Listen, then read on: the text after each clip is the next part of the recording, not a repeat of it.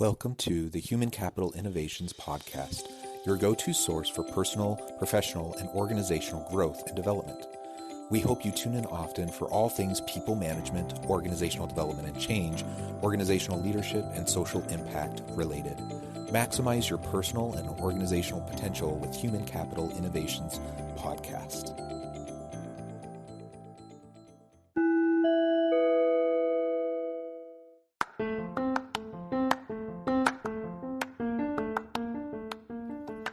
Welcome to the Human Capital Innovations Podcast. In this HCI podcast episode, I talk with Nassim Abdi about inclusivity in the hybrid workplace.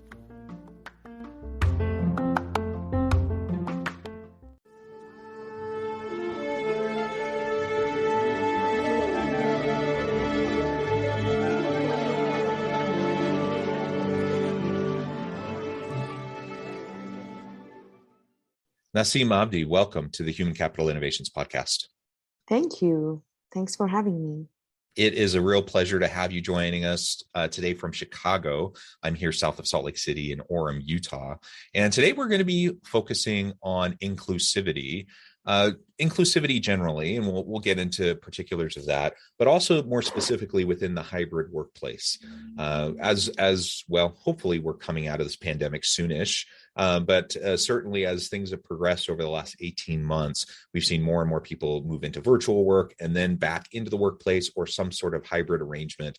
And I think this new hybrid type of context will be really what is typical for most people moving into the future. And that raises a whole bunch of opportunities and challenges for having an inclusive workplace. So these are the things that we'll be exploring together today.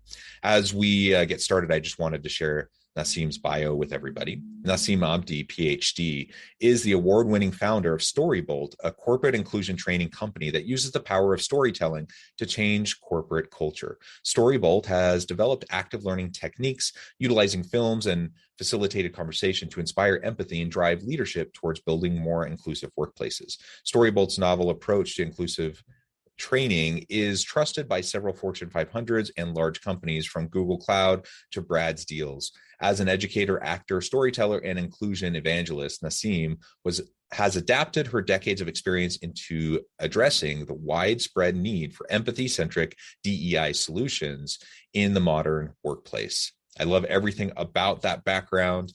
Anything else you would like to share with listeners by way of your background before we really launch on it?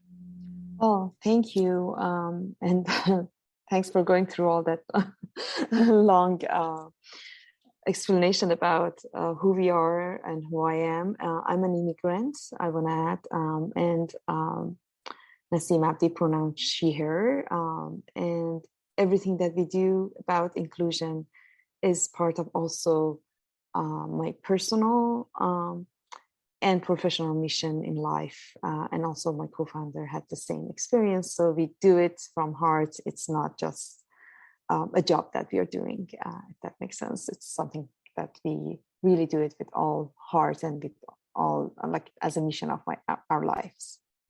Yeah, that's wonderful. And I think we all need to be looking for our meaning, our purpose, so we can find fulfillment in the work that we do. I think the DE&I space is particularly oriented that way for people who engage in this work, because it's really tough, a hard slog, I think, for a lot of people to be able to try to move the needle. So I think you have to be pretty passionate about it to try to really stay consistent and sustain that effort. Absolutely. Well, excellent. As we get started, maybe you can share a little bit more about Storybolt. How did you get started with that? And tell us a little bit more about Storybolt generally, but also your active learning and empathy methodology. Absolutely, yes. So Storybolt is a company that we've co-founded to bring candid conversations with the power of stories and storytellers to invoke cognitive empathy. Our empathy model uses a pedagogical model that emphasizes on stories in form of documentary films, award-winning documentary films, to create an immersive learning experience for active learning on inclusion and understanding other people's. in a sort of way that they can walk in other people's shoes and understand what they experience. And we do also have a measurable attitude change pedagogical model that goes with this series that we offer to companies and corporations for leadership level and also workforce to create a better culture of belonging. As you said, it's like something that we all thrive for these days, and we make sure that we create the opportunity to really understand what empathy is in all different aspects on diversity, equity, inclusion, and also like really measuring how much we are moving the needle on that. Where it started from, actually, honestly, from a different world. I was in academia. I was teaching in a classroom, trying to engage my students with topics that were very close to my heart. And I was teaching social justice education and women's studies, and always trying to find innovative ways to engage them. And like, yeah, as we know, Generation Z, they don't follow a 45 minutes lecture. That's not their way of learning. And one day they challenged me with a topic that was very close to my heart about impact of war on people. As I shared, I'm an immigrant from the Middle East, and I experienced it all, unfortunately, when it comes to stories around war. And I thought that if I share my personal story, I can engage them with the issue, and we can talk about potential like challenges and like what can we do as citizens and all that. And my dream was that they're going to jump and say that they don't want to do another final exam or another paper. They want to do something like an action project. And none of that happened, Jonathan. They were busy with their devices and text messaging. And it was really, to be honest with you, frustrating day for me as a person who experienced it in real life. And my only two students who came to me after that day were my two veteran students who really understood what I was talking about.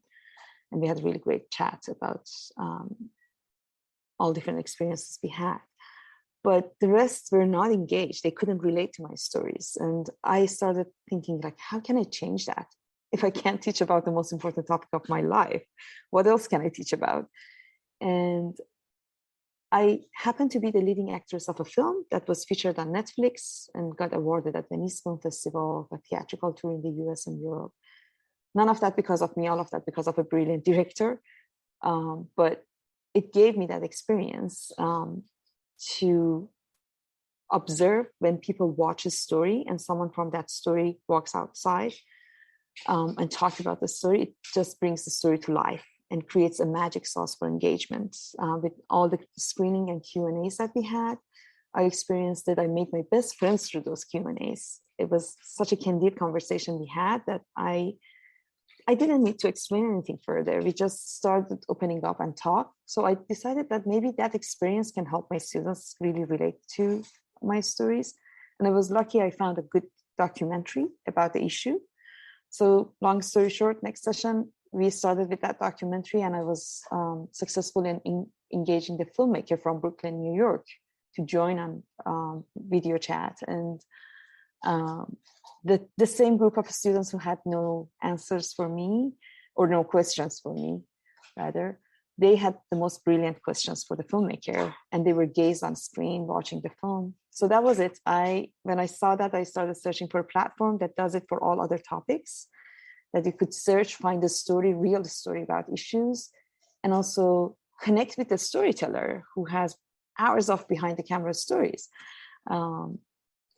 And when I couldn't find that platform, I quit my teaching position, said goodbye to a tenure track offer, and my co-founder, Babak, who is the king of edutainment, and he was exiting his third company, we got together and created a team of brilliant people who are really doing all the hard work right now.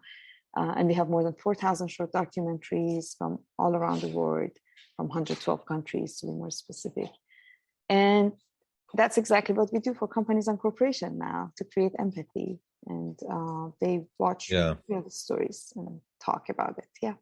Well, I love that. I love the use of storytelling to convey these important messages Diversity, equity, inclusion, and belonging topics are tough. When you're talking about implicit biases, when you're talking about prejudice, when you're talking about these sorts of issues, people get defensive. A lot of people tune out, and it really can be hard. But the best way that I've found to help people open their minds a little bit and challenge maybe their preconceived notions, their biases, is to just give them an experience with difference, give them an experience with people who are struggling, who are from marginalized populations and such. And that's hard to bring into a corporate training, because unless you're like taking everyone out to different places. And so the use of storytelling through film, I think is genius.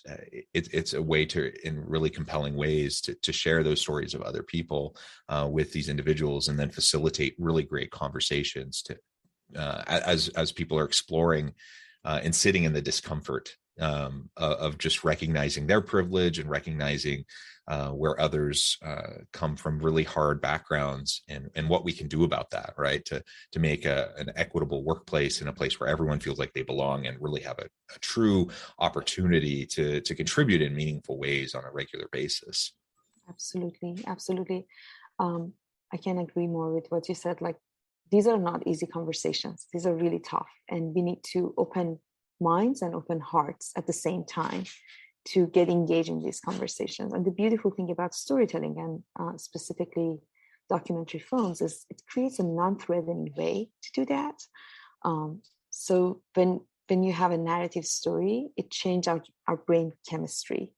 It produces oxytocin and cortisol, which activates some part of our brains, those like fires up those neurons that helps with understanding and connecting with others. It's exactly the chemicals we need for empathy, to feel empathy. And that's exactly the right time to start the conversation. Like when we have that situation, when we can walk in other people's shoes and really understand their situation, is when we can have those real conversations. And to your point, it's for companies and corporations, it's not an easy thing to do, to take them out in a busy day that they have. So the beautiful thing about this series that we offer to companies is everything happens under 1 hour, or max 90 minutes. They watch a real story, and then they have a chance to talk with these storytellers from all around the world live. They can just engage in a facilitated conversation. Yeah.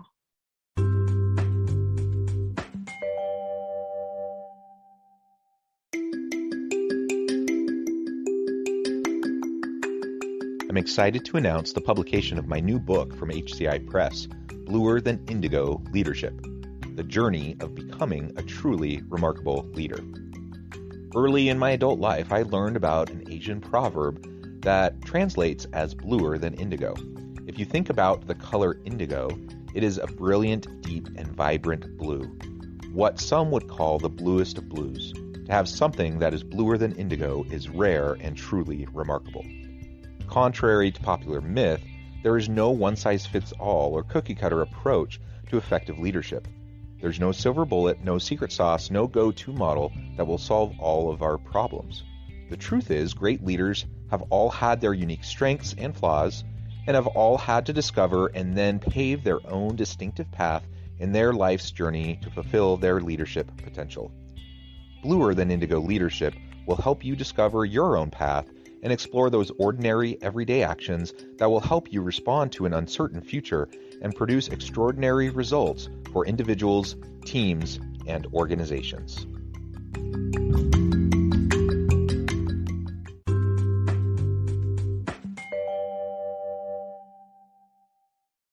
Yeah, I really like that.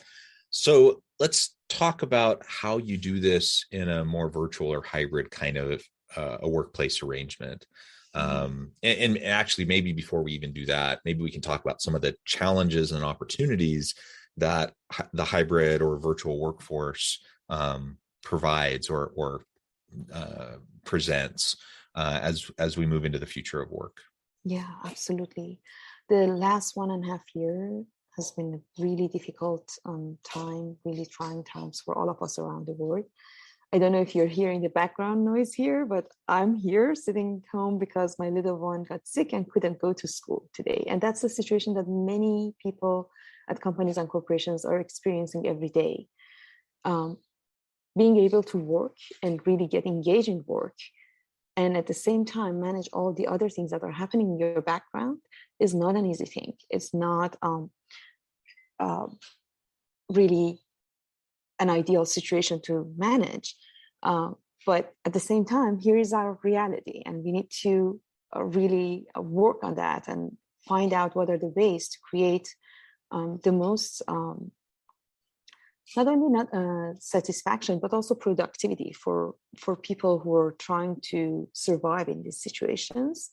I was reading an article the other day that was a brilliant had a brilliant title, and the article was very interesting on Forbes, that was saying like CEO maybe is the new acronym for Chief Empathy Officer, because during these times of hybrid work and work from home is actually the time that we most need that inclusivity and that empathy for leadership to understand the workplace, the workforce and their situation, and how they have to deal with all changing and constantly changing situation at home and work.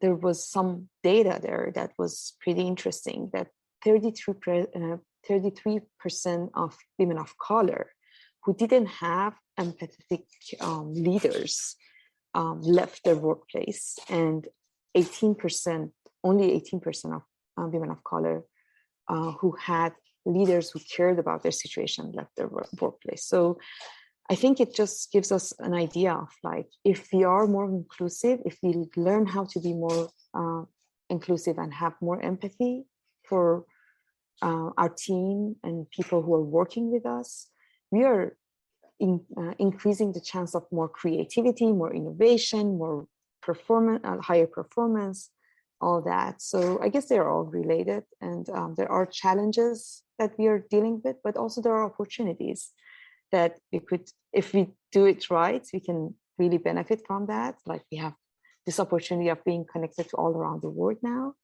We learned it pretty fast and in a sort of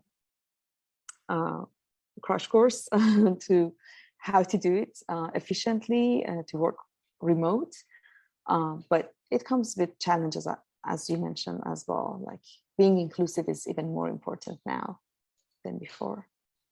Yeah, because we have more distributed workforces than ever before. So we're working with people from all different backgrounds, walks of life, culture, all kind of the more obvious visual differences in terms of race, ethnicity, gender. Those sorts of things, of course, were common as part of this discussion before, and they continue to be common now. But just even the subtle nuances of different culture and mind framings and mindsets as people from different walks of life, different backgrounds, different socioeconomic status, whatever, all of those people, have the opportunity to come together in a distributed workforce.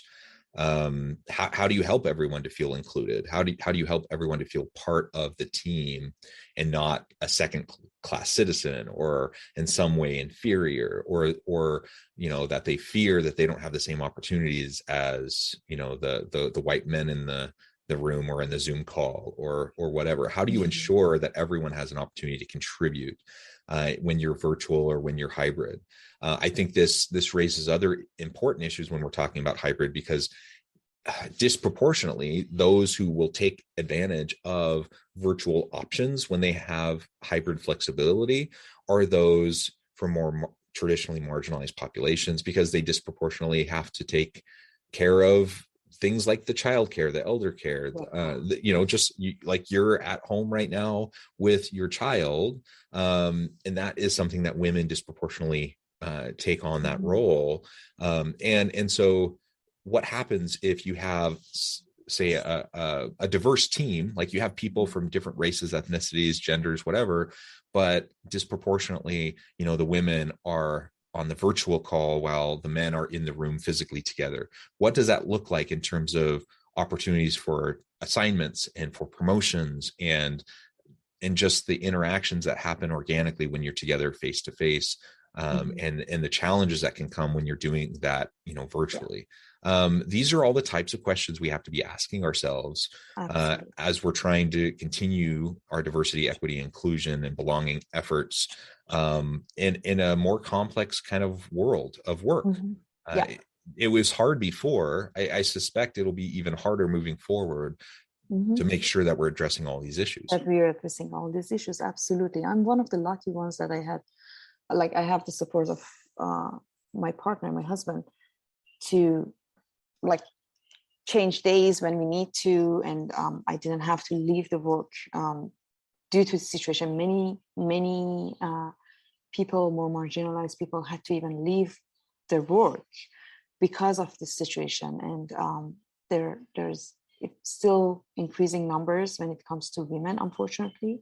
We're leaving work and going to this hybrid remote situation with all the challenges that are still out there, and being caregiver of elderly parents or children. We still have a long way to go, but even with this current situation, how to take care of inclusion, there's a brilliant saying that I heard it once, that and I revised it somehow with another colleague that we were chatting about it, that diversity is inviting people to a party. And the original saying that we read at Harvard Business Review was that inclusion is inviting them to dance. And we said, no, it's not just inviting them to dance, because we don't want them to dance with any music that we are putting in the party.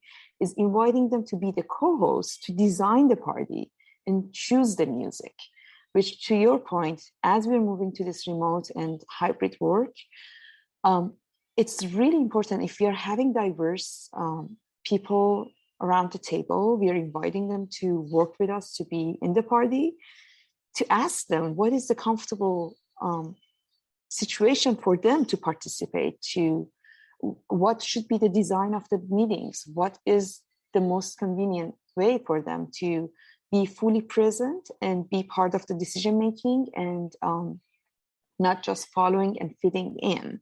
That's one of the challenges with diversity and inclusion, that many times we invite diverse workforce to our workplaces and then we leave it there.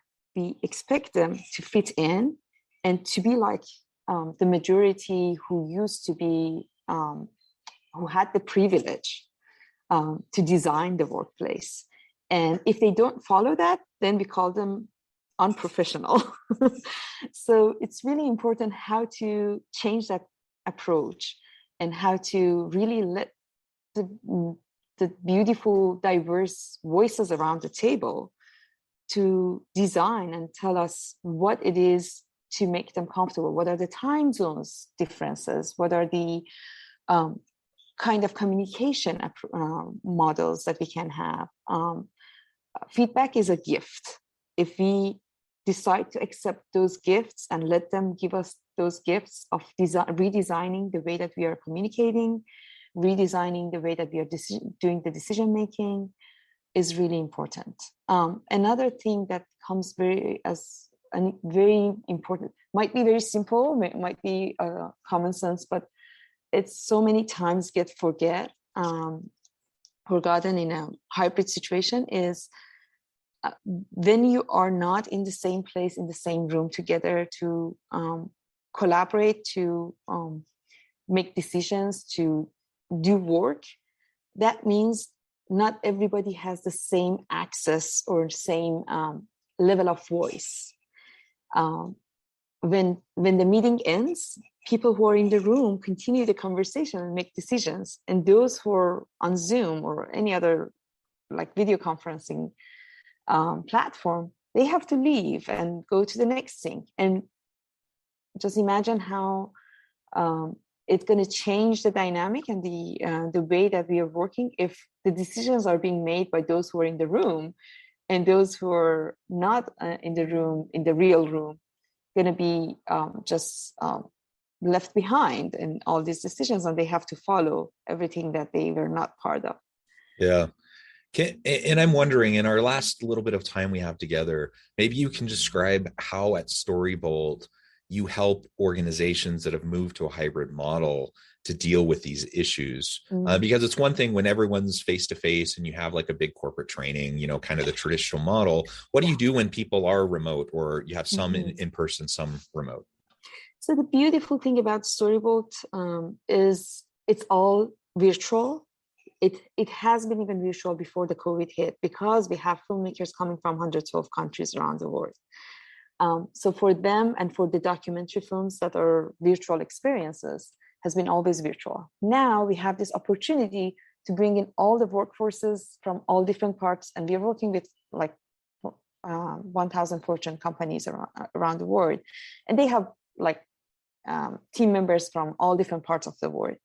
But they can now join the sessions, the virtual sessions live, and they can be part of this experience to collectively watch a story, which is another part of collective learning experience, and then have this opportunity to talk and discuss about topics that are related to that story, to that topic.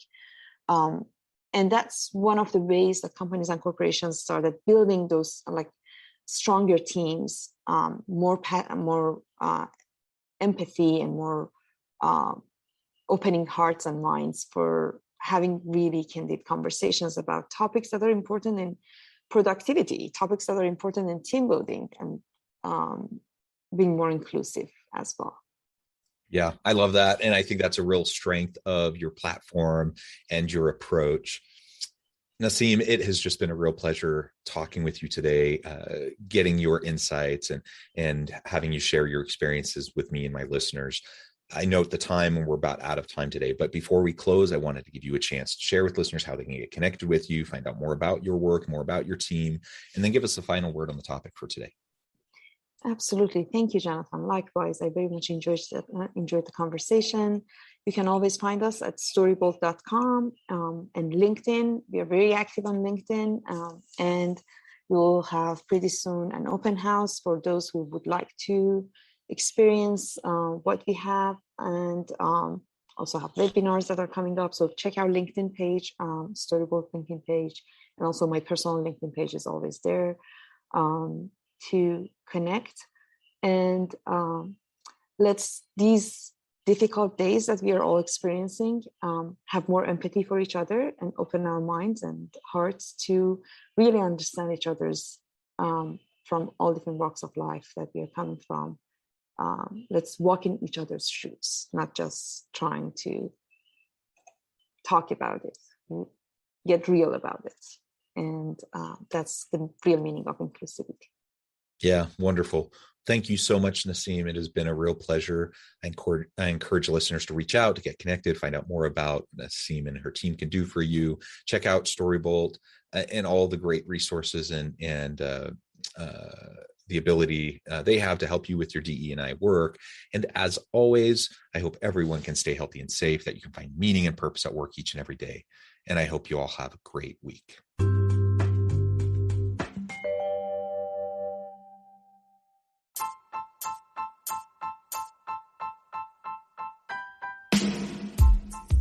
The alchemy of truly remarkable leadership. Ordinary, everyday actions that produce extraordinary results. Consider how the nature of work has shifted over the past 50 years. With increased globalization, rapid technological advancement, and the shift in economic composition, the average job of today looks very different than the average job of 50 years ago. What will the jobs and organizations of tomorrow look like? Moreover, what does this all mean for organizational leaders? What are the core competencies and capabilities of organizations and their leadership that are prepared for continued disruption and geopolitical and socioeconomic shifts?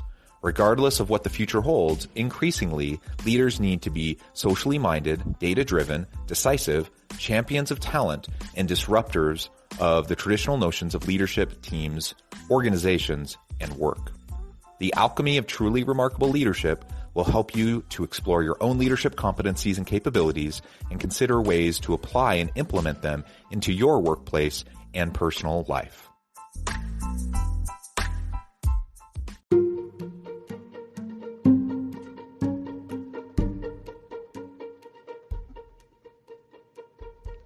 check out Human Capital Innovations magazine, Human Capital Leadership. Human Capital Leadership is a free, interactive e-magazine with the mission to help individuals, leaders, and organizations find innovative approaches to maximize their human capital potential. We publish issues quarterly in August, November, February, and May. Take a look at the latest issue and let us know what you think.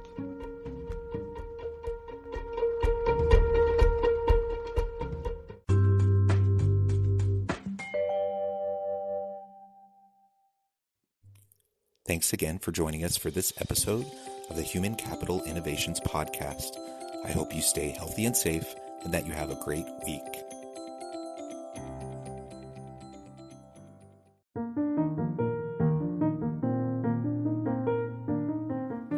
Check out our new weekly LinkedIn newsletter, Alchemizing Human Capital, exploring industry trends via original research and interviews with executives and thought leaders from across the globe. We look forward to having you join us.